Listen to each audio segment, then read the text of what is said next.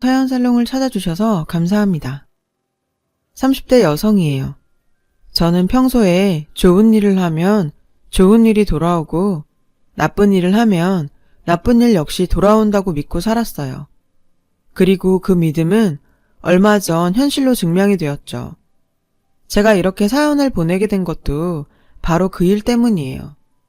당시 저는 우리나라 3대 명문대 중 하나인 K대학교 법학과에 다니고 있었어요. 저는 중고등학교 때부터 무언가에 꽂히면 꼭 해내고 마는 성격이었거든요. 그런 제게 공부는 자존심과도 같은 거였죠.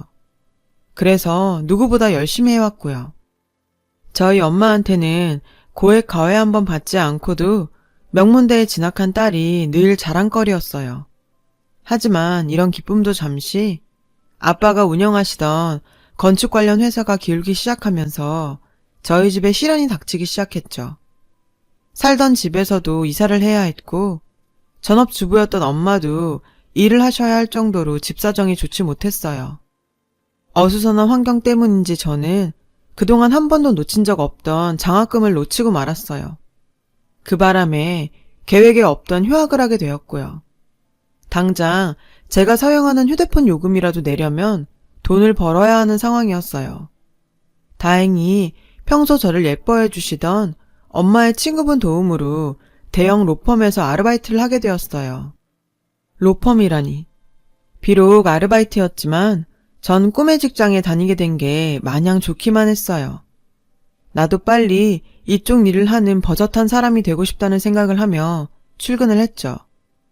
로펌에서 제가 하는 일이라고는 눈에 띄지도 않는 청소나 잔심부름이 고작이었지만 타고난 머리로 일도 빨리 배우고 야무지게 잘하니 사무장님들이 예뻐해 주시더군요.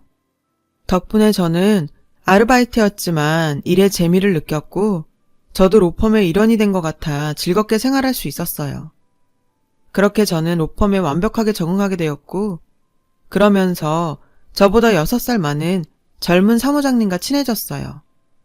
당시 제 연애 경력은 또래 남자친구랑 100일 정도 사귄 게 고작이라서 어른 남자의 매력에 마음이 흔들리게 되었죠.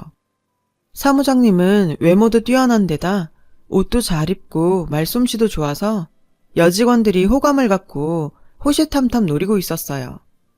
자신감 하나는 어디서도 빠지지 않는 저였지만 정직원도 아니고 아직 대학 졸업도 못한 처지라 짝사랑으로 만족하기로 일찌감치 마음을 먹었더랬죠. 하지만 그런 저에게도 기회가 찾아왔어요. 그날은 월급날이었어요. 모두 같은 날 월급을 받았기에 사람들은 신이 나서 오랜만에 회식을 하자고 했죠. 사실 전 회식은 처음이라 은근히 기대가 되더라고요. 마침 제 환영회를 겸하는 자리라서 저는 폭탄주를 릴레이로 마시게 되었어요. 그 바람에 화장실 변기를 잡고 한참을 씨름해야 했죠. 머리가 깨져나갈 것 같아서 이러다 죽는 게 아닐까 할 때쯤 제 눈에 아른하게 사무장님의 얼굴이 보이는 거예요. 괜찮아? 많이 힘들면 내가 말해줄 테니까 집에 가도 돼. 상냥한 사무장님의 말투에 저는 어디서 그런 용기가 났는지 그대로 그에게 입을 맞췄지 뭐예요. 그리곤 술이 확 깨버렸죠. 술 때문인지 창피해서인지 저는 얼굴이 빨갛게 달아올라서 서둘러 가게를 빠져나왔어요. 가게가 멀어지자 그제야 저는 길가에서 자책했어요. 미쳤어. 어쩌자고 그런 짓을. 하지만 이미 엎질러진 물이었고 전 당장 내일 출근해서 그 사람 얼굴을 어떻게 보나 걱정이 태산이었죠. 혹시 여직원들이 봤으면 어쩌나 별의별 생각이 다 들더라고요. 그때였어요. 제 뒤에서 자동차 한 대가 크락션을 빵빵거리며 다가오더라고요. 놀라서 옆으로 비켜보니 사무장님의 차였어요. 타! 데려다 줄게. 그가 말하더군요. 전 등을 돌려 얼굴을 숨겼죠. 뭐 하는 거야? 그런 대범한 짓을 벌여놓군. 설마 이제 와서 내숭 떠는 건 아니지? 그는 제가 창피해 할까봐 일부러 농담조로 말하더라고요. 저는 차마 그 사람을 쳐다볼 수가 없었지만 에라 모르겠다 하는 심정으로 눈 딱 감고 차에 올랐어요. 운전하는 사무장님의 옆모습을 보니 미친 듯이 심장이 뛰었어요. 제 심장 소리가 밖에까지 들리지 않을까 걱정이 될 정도로요. 그래서 무슨 말이라도 해야겠다 생각한 그때 집이 어디야? 거기 내비에 집 주소 좀 찍어볼래? 운전 중이던 그는 제게 말했어요. 저는 잠시 망설이다 집 주소를 내비게이션에 입력했죠. 가깝네? 네. 저는 짧게 대답했고 우리 둘의 대화는 거기서 끝이 났어요. 이후론 어색한 침묵이 흘렀죠. 이런 분위기가 불편했던 저는 무슨 말이라도 해야겠다고 생각했어요. 머리를 굴려봤지만 폭탄주 때문인지 대화거리가 떠오르지 않더군요. 그런데 3학년이라고 했나? 남자친구는 있어? 제가 머리를 막 굴리고 있던 그때 그가 먼저 저에게 물었어요. 저는 냉큼 없다고 대답하곤 사무장님은요? 라고 되물었죠. 사실 여직원들 사이에서도 그에게 여자친구가 있다 없다 말들이 많았어요. 확인해보고 싶더라고요. 없는데 그의 대답에 전 소리를 지를 뻔했어요. 집에서 장가가라고 안 하세요? 이상형은 어떤 여자예요? 아까는 떠오르지 않았던 질문들이 본물 터지듯 쏟아졌어요. 그는 잠시 생각하더니 자긴 귀여운 여자를 좋아한다더라고요. 그리고 부모님들께서 만나는 여자 없냐고 물어보시는 정도라고 대답했고요. 그렇게 그와 있는 시간이 조금씩 편안해질 즈음 애석하게도 그의 차가 저희 집 앞에 도착했어요. 저는 내친 김에 용기를 내보기로 했죠. 이런 기회는 자주 오는 게 아니니까요. 저기 골목으로 가면 편의점이 있는데 우리 가서 컵라면 먹을래요? 저는 사무장님과 좀 더 같이 있고 싶은 마음에 라면을 먹자고 제안했어요. 그랬더니 그러자고 하더라고요. 우린 편의점 테이블에 마주 앉아 컵라면이 있기를 기다리고 있었어요. 이 시간에 이런 거 먹으면 살찌는 거 알지? 사무장님이 절 보며 말하더군요. 그런 말 하는 거 여자한테 실례거든요. 저는 일부러 더 툴툴거리며 말했죠. 술 먹고 아무 남자한테 뽀뽀하는 건 더 실례거든. 사무장님은 귀엽게 입을 삐죽였어요. 그런 그의 모습에 저는 웃고 말았죠. 우리는 라면을 먹으며 이야기를 나눴고 서로에게 호감이 있음을 알게 되었어요. 그렇게 우린 그날 이후 비밀 연애를 시작하게 되었어요. 몰래 하는 사랑이 더 뜨겁다고 우리는 회사에서 연애하듯 만남을 이어갔어요. 화장실에 가면 슬쩍 만나고 점심시간에 티 안 나게 옆에 앉는 등 스릴 있는 연애를 이어갔죠. 그리고 무엇보다 비밀 연애의 묘미는 여직원들이 그에게 관심을 끌려고 작당을 벌일 때였어요. 아무리 그들이 끼를 부려봐도 이미 그는 내 거라는 사실에 전 남모를 희열을 느꼈거든요. 그렇게 몇 달의 시간이 흘렀어요. 제 또래의 남자보다 어른 남자와의 연애는 뭐랄까 그간 제가 경험하지 못한 레벨이라고 할까요? 아무튼 그와의 시간은 정말 꿈 같았죠. 그날이 오기 전까지는요. 그날은 지방에 사는 그의 부모님이 친척 결혼식이 있다며 서울에 오신 날이었어요. 그는 부모님을 모시고 식장에 다녀와야 했고 하룻밤 주무시고 가신다 해서 그 주의 주말은 못 만날 것 같다고 미리 얘기를 하더라고요. 저는 부모님이 오시는 건데 당연히 알았다고 했고요. 그런데 그날 저녁 그에게 연락이 온 거예요. 부모님께 제 얘기를 했더니 절 만나고 싶다고 하셨다는 거예요. 갑작스러운 말에 당황했지만 이참에 그의 부모님께 잘 보여놓으면 좋지 않을까 생각해서 급하게 나갈 준비를 했어요. 최대한 얌전한 차림으로요. 그렇게 떨리는 첫 대면의 순간이 왔어요. 왔어? 이 친구가 제가 아까 말한 현주예요. 현주야, 우리 부모님이셔. 인사해. 그의 소개에 저는 최대한 예의를 갖춰 인사를 하곤 자리에 앉았어요. K대 학생이라면서요? 지금도 기억하는 그의 어머니의 첫 질문이었죠. 네, 휴학 중이에요. 왜? 어디 유학이라도 가려고 그러나? 요즘은 다들 스펙 쌓는다고 1, 2년 정도는 휴학한다고 듣긴 했어요.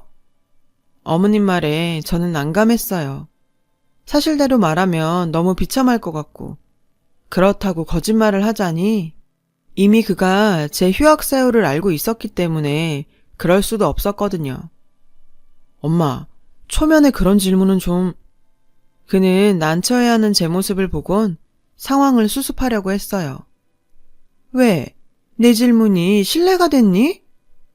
그의 어머니는 쉽게 그만두지 않을 눈치였어요. 그래서 전 솔직하게 말해야겠다 생각했죠. 그렇게 제가 막 입을 떼려는 순간 그가 하지 말라고 고개를 가로젓는 게 보이더라고요. 그 순간 알 수 있었어요. 그의 부모님은 조건을 많이 따지는 분이라는 걸요. 제가 말을 하려다 그만두자 어머님은 저를 수상하게 보시는 것 같았어요. 그래서 전 아무 말이라도 해야 했죠. 곧 졸업인데 제가 너무 사회 경험이 없는 것 같아서 이것저것 많이 해보려고 휴학하게 됐어요. 제 대답에 썩 만족스럽진 않지만 어머님은 고개를 끄덕이시더군요. 저는 그런 어머님과 아버님을 보며 제 자신이 초라하게 느껴졌어요. 나중에 안 사실인데 그의 부모님은 지방 중심가에 건물을 가지고 계실 정도로 경제력이 있는 분이셨어요. 아들 셋을 모두 유학까지 보내시고 그 건물에 거주하면서 상가 임대료를 받아 생활하시는 분들이셨죠. 그 동네에서 남부럽지 않게 살면서 자식들도 잘 키웠다 소문난 집 중 하나였던 거예요. 법대를 나와 유학까지 다녀온 당신의 아들은 충분히 변호사까지 될 수 있는데 사법고시를 보는 게 귀찮아서 저러고 산다며 저에게 자랑 같은 하소연을 하시더라고요. 좋아하는 남자의 어머니 말씀이니 듣고 있었지만 조금 힘들었죠.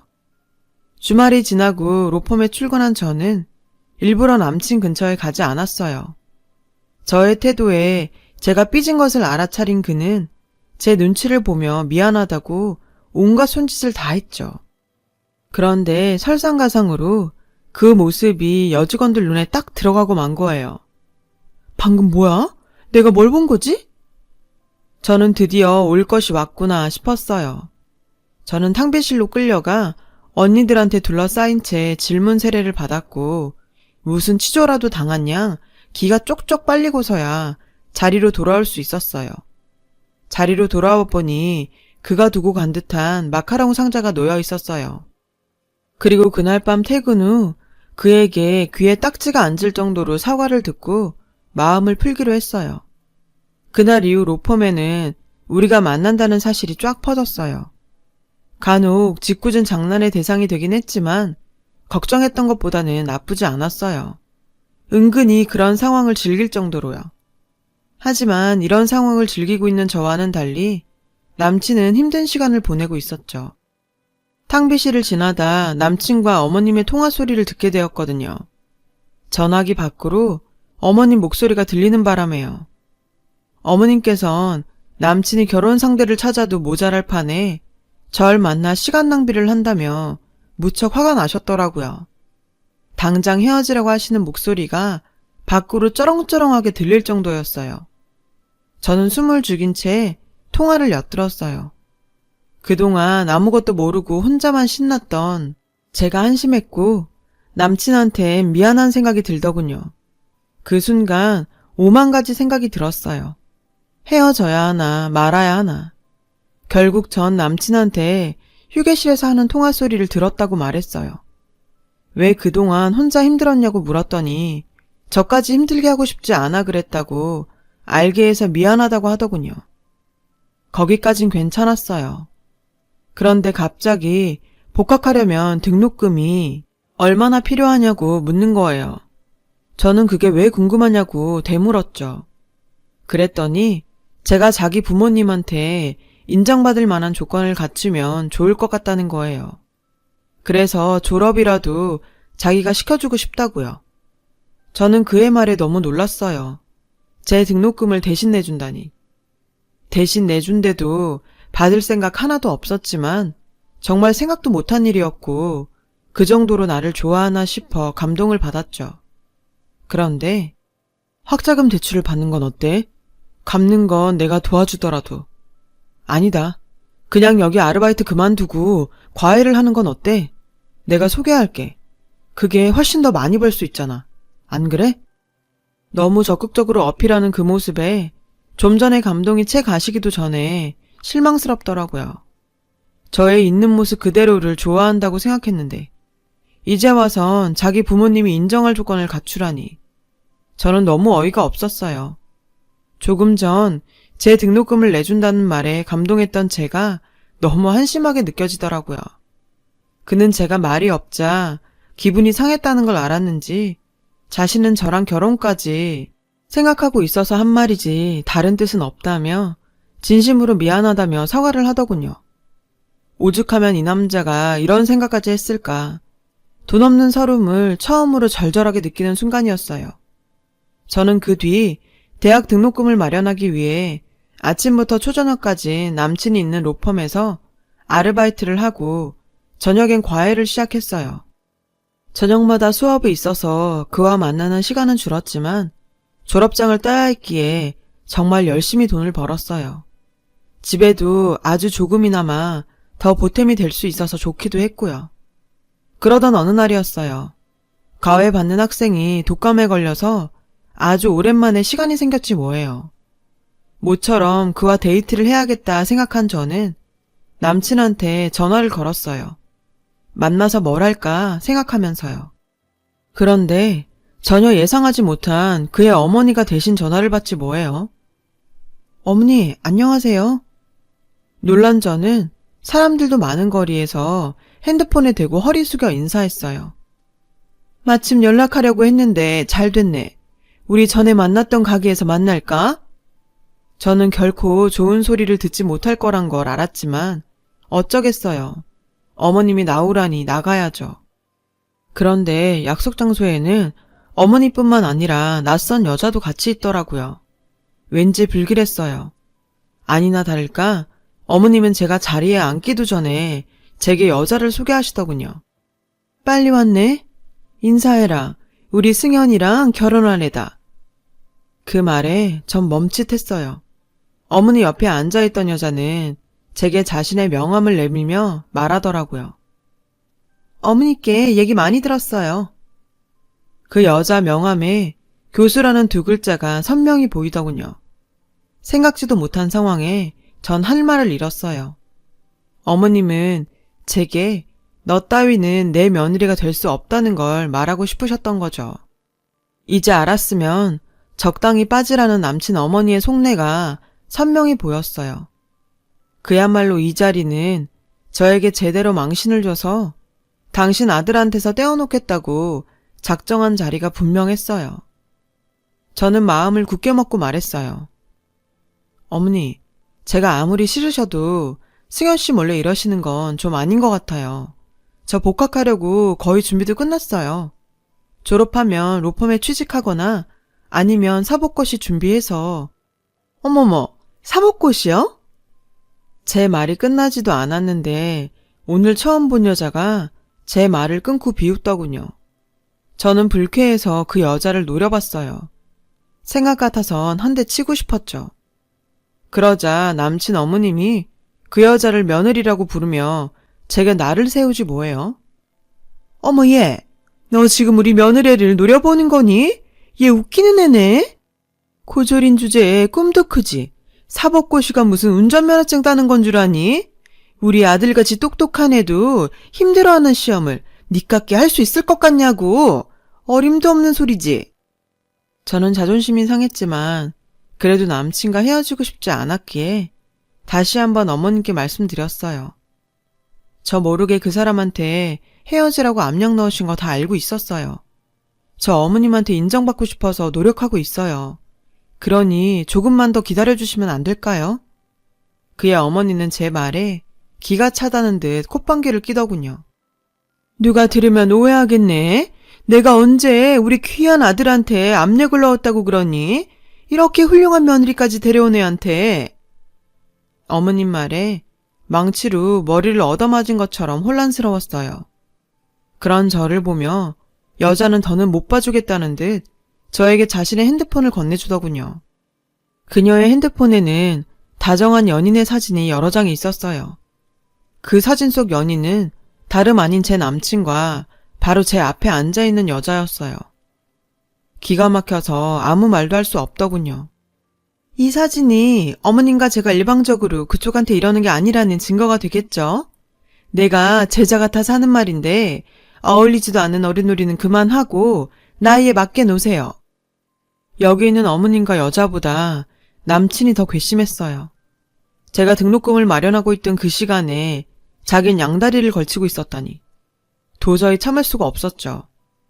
너무 분해서 아무 말도 못하는 저를 보며 두 여자는 이 상황이 만족스러웠는지 밝은 얼굴로 자리에서 일어났고 저는 끓어오르는 화에 도도한 교수님의 머리채를 확 잡아버렸어요. 그 바람에 카페는 순식간에 아수라장이 되었죠. 그러자 어머니는 소리쳤어요. 어머, 얘 좀 봐. 이제야 본성이 나오네. 없는 집 애들은 꼭 이렇게 티를 낸다니까. 어머님은 끝까지 절 깎아내리시더군요. 아무리 내가 발버둥 쳐도 저들이 원하는 방향으로 갈 수밖에 없는 이 상황에 전 화도 나고 억울해서 미칠 것 같았죠. 하지만 여기서 더 성질을 내봤자 뭐가 달라지겠어요. 저는 여자를 있는 힘껏 밀어버리고는 가게를 나왔어요. 그리고 다음날 로펌도 그만뒀어요. 그 사람을 보면 제가 그땐 어떻게 할지 저도 제가 무서웠거든요. 첫날은 울고 다음날은 죽은 사람처럼 천정만 보고 있었어요. 저를 로펌에 소개해 주셨던 엄마 친구분이 로펌에 퍼진 제 소문을 엄마한테 말했더군요. 엄마는 복학을 하라며 등록금을 빌려 오셨어요. 가난 때문에 딸이 그런 꼴을 당했다는 생각에 가슴이 찢어지는 것 같았다면서요. 전 엄마를 가슴 아프게 해드려서 너무 미안했지만 그 돈으로 복학을 하기로 결심했어요. 다시는 그런 치욕을 겪고 싶지 않았거든요. 그렇게 전 복학을 했고 정말 미친 듯이 공부만 했어요. 그러던 중 로펌에서 친하게 지냈던 직원을 통해 그의 소식을 듣게 되었죠. 다음 해에 그 여교수와 결혼한다더군요. 저는 그들에게 복수하는 방법은 오로지 성공밖에 없다 생각하며 사법고시를 준비했어요. 목표가 뚜렷해지니 잠자는 시간도 아까울 정도였어요. 죽기 살기로 공부를 했어요. 그 결과 대학 졸업 후 사법고시 최종 합격이란 결실을 얻게 되었죠. 부모님께선 세상 누구보다 좋아하셨고 저는 모처럼 부모님께 제대로 효도한 것 같아서 무척 기뻤어요. 그리고 얼마 뒤 우리 집에 정말 좋은 일이 생겼어요. 아빠의 사업도 조금씩 펴가서 안정적이게 되었어요. 전보다 규모는 작아지긴 했지만 그래도 더 이상 돈 걱정 안 하고 살게 된 거죠. 지난 몇 년간 고생을 했던 우리 가족은 그날 행복의 눈물을 흘렸어요. 이후 저는 무사히 사법연수원 과정을 마쳤고 그렇게 바랬던 변호사 배지를 가슴에 달게 되었어요. 전 사법연수원을 좋은 성적으로 마친 덕에 대형 로펌들에서 러브콜을 받았어요. 그중엔 지우고 싶은 흑역사의 로펌도 껴있더라고요. 저는 친분이 있는 직원을 통해 전 남친이 아직 거기에 근무하는지 알아봤어요. 다행히 아직 거기에 있더라고요. 이제야 비로소 복수할 때가 되었다고 생각한 저는 그 로펌으로 가기로 했어요. 신입 변호사인 저에게 로펌에선 고급 세단 한 대와 억대 연봉을 약속했어요. 그리고 드디어 첫 출근 날이 됐어요. 대표 변호사님이 저를 소개하자 로펌 사람들은 다들 놀라는 눈치였죠. 자기들 밑에서 자질구레한 일을 도맡아 했던 제가 자신들 상사라니 충격이 컸을 거예요. 그리고 그 중에서 가장 충격을 받은 사람은 바로 전 남친이었어요. 그 사람 얼굴을 보자 지난 일들이 파노라마처럼 스쳐갔어요. 더럽고 치사하고 분했던 순간들이요. 당시 그 사람은 제가 로펌을 그만두자 핸드폰 번호부터 바꾸고는 미안하다는 전화나 문자 하나 없었죠. 아마도 다신 볼 일 없다고 생각했을 거예요. 그런데 이렇게 제외한 거죠. 더 기가 찬 건 콧대 높은 와이프한테 버티지 못하고 이혼을 했는데 제가 변호사가 되어 다시 나타나니 저랑 다시 어째보려고 수작을 부린다는 거예요. 저는 어이가 없어서 그를 부하 직원 부리듯 하대했고 전 부인으로 인한 트라우마인지 그는 저한테서도 멀어져 갔어요. 그리고 뜻밖의 기회가 찾아왔어요. 전 남친의 어머니가 자기 건물에 속 썩이는 세입자가 있다며 아들이 일하는 로펌에 찾아온 거였죠. 사무장이랑 상담해도 된다고 말해도 당신은 변호사랑 상담할 거라고 박박 우겨서 변호사들이 일하는 탑층까지 행차한 거예요. 그러다 거기서 저랑 딱 마주친 거죠. 저를 못 알아본 어머니는 저에게 공손하게 다가와 이러더라고요. 변호사님, 저 상담 좀 해주세요. 우리 아들이 여기 사무장인데 같은 식구니까 모른 척 마시고요. 이 상황이 어찌나 웃기던지 참기 힘들 정도였죠. 어머니, 저는 못 배워서 도와드리기가 어려울 것 같은데요. 저는 그렇게 당신이 했던 말을 되돌려 주었어요. 이게 무슨 소린가 황당해하던 그의 어머니는 자신의 아들이 도착하자 그제야 저를 기억하는 것 같았어요. 어머, 후질구레 하더니 차림새는 못 알아볼 정도로 나아졌구나. 근데 고졸 너 아직 여기서 일하니? 그만둔 거 아니었어? 그 망신을 당하고도 이러고 있다니 넌 참 벨도 없는 애구나. 좀 전까지 선생님이라고 하시더니 무슨 병검술도 아니고 얼굴을 싹 바꾸는데 저는 기가 막혀 말이 다 안 나오더라고요. 전 남친은 자기 엄마한테 눈으로 저를 가리키곤 엄마, 쟤 이제 고졸 아니고 우리 로펌 변호사야. 더 망신당하지 말고 얼른 나가요. 그는 자신의 어머니를 잡아 끌고 나가려고 했어요. 그런데도 어머님은 막무가내였죠. 믿기 어렵다는 듯 제게 와 이렇게 말하더군요. 얘가 지금 무슨 소리야? 어떻게 고졸이 변호사가 돼? 전 이때다 싶어 눈 딱 내리깔고 또박또박 얘기했죠. 변호사라는 거 어떻게 되는지 정말 모르세요? 아, 맞다. 아드님은 귀찮아서 사법고시 안 본다고 했던가요? 사법고시란 게 귀찮고 말고 할 일인가요? 그냥 당신 아들은 못하는 겁니다. 좀 솔직해져 봐요. 누가 보면 아주머님 아들 이 로펌 대표라도 되는 줄 알겠더니 그냥 속물에 허세에 찌질 그 자체네요. 교양 없이 난동 피지 말고 당장 나가요. 이렇게 말을 하고 나니 정말 10년 묵은 채증이 내려가는 것 같더라고요. 저는 입꼬리가 저절로 올라갔어요. 제 말에 그와 그의 어머니는 기가 막힌다며 씩씩거렸죠. 저는 재판이 있어서 이만 가볼게요. 김 사무장님은 오늘 점심때까지 최혜란 씨 사건 기록 내 책상에 가져다 놓으세요. 전 남친한테 업무 지시를 하곤 유유히 그곳을 빠져나왔어요. 그 다음 이야기는 역시나 소식 빠른 여직원들을 통해 금방 알 수 있었는데요. 저의 변한 모습과 제가 당신 아들을 부려먹는 모습에 펄쩍 뛰던 그의 어머니가 갑자기 복통을 호소하시면서 응급차에 실려갔다고 하더라고요. 어찌나 통쾌하던지. 그리고 그 달이 끝날 무렵 전 남친은 일신상의 이유로 사표를 냈어요. 그 이유 소식은 저도 알지 못하고요. 처음엔 복수로 시작했던 변호사 일이 밀려드는 사건에 정신없이 살다 보니 전 남친 소식 따위는 신경 쓸 겨를도 없었거든요. 지금 저는 다른 로펌에 더 좋은 조건으로 이직을 준비하면서 꿀같은 휴가를 보내고 있어요. 너무 오랜만에 쉬는 탓인지 잠시 잊고 있던 옛 생각이 떠올라 이렇게 긴 글을 적어보게 되었네요. 제 얘기를 들어주셔서 감사드리고요. 여러분 가정에 행복한 일 가득하시길 바래요. 여러분, 사연 댓글에 응원과 현명한 조언 부탁드려요. 좋아요와 구독은 저에게 큰 힘이 됩니다. 오늘도 좋은 일 가득하세요.